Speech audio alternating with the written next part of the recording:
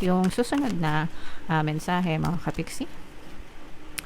Ito guys, ibig sabihin nito, good job, medyo nagiging smooth na yung buhay nyo, lalo na kung may mga problemang dumating sa inyo, parang nalampasan nyo yung panganib, nalampasan nyo yung magulo or kaguluhan, parang nagkaroon kasi ng banta, no, sa buhay nyo, or nagkaroon ng medyo magulong sitwasyon sa buhay nyo, pero hindi siya masyadong nakadamage sa inyo guys, bagkus ay nalampasan nyo siya ng maayos, no. So sana tuloy-tuloy na yung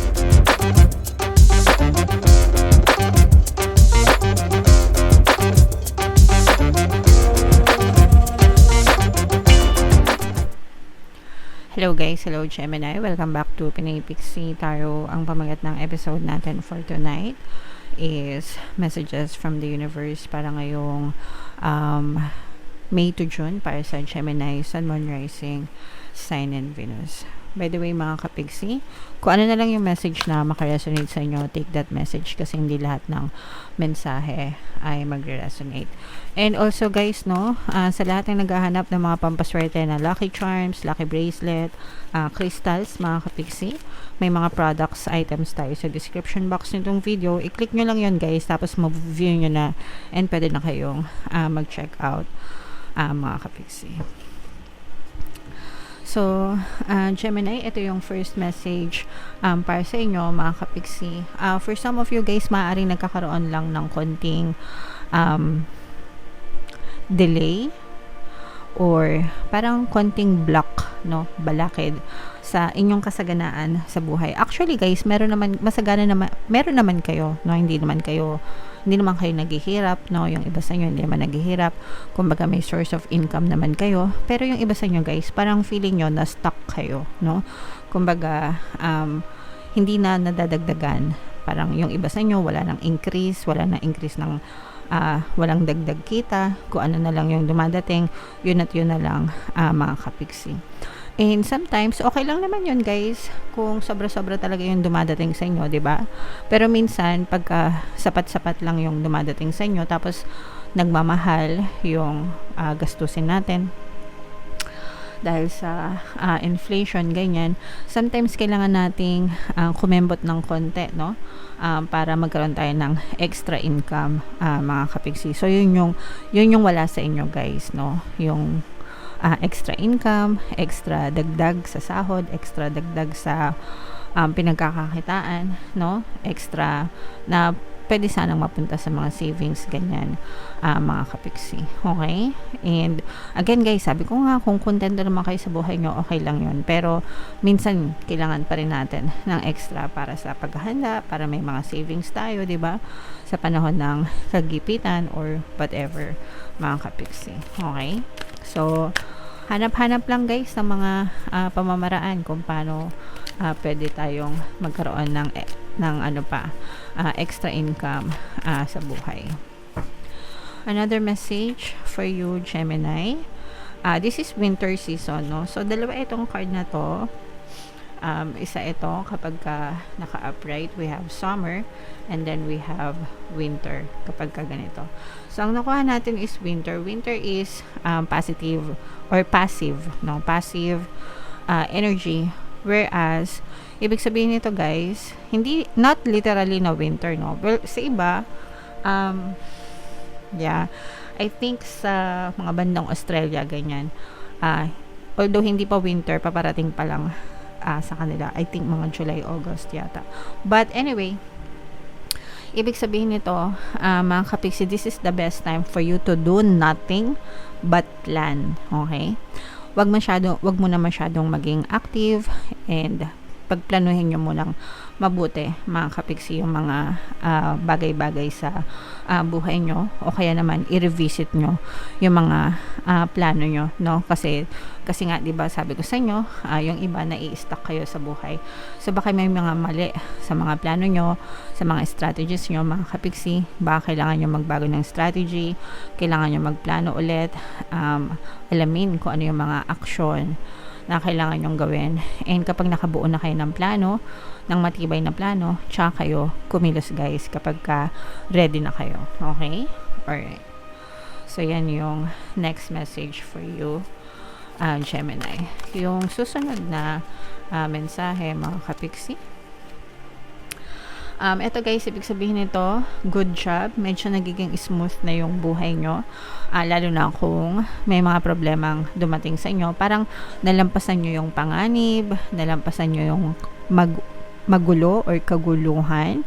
Parang nagkaroon kasi ng banta, no? Sa buhay nyo, or nagkaroon ng medyo magulong sitwasyon sa buhay nyo, pero hindi siya masyadong nakadamage sa inyo guys, bagkus ay nalampasan nyo siya ng maayos, no? So sana tuloy-tuloy na yung pagiging smooth ng kabuhayan nyo, mga kapiksi, di ba? Para makahinga kayo ng maluwag guys, okay?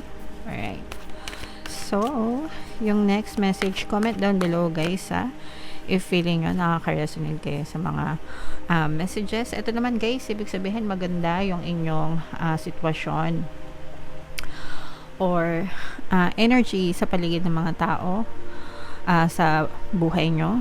Ibig sabihin maganda yung love relationship nyo. Hindi lang sa romantic love guys, kundi pati yung mga platonic na relationship, friendship, family, community, ganyan.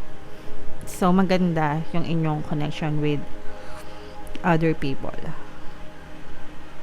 So, syempre ito guys, i-main na natin yan, and kailangan talaga nating i-value, pahalagahan, no, yung ating relationship with other people, mga kapiksi, kasi at the end of the day guys, tayo rin yung magtutulungan, makatulong sila sa inyo, and makatulong din tayo sa kanila, mga kapiksi. At saka nag-grow tayo as individual, no, marami tayong natututunan din from other people, guys. So maganda talaga na maganda rin yung connection natin sa kanila.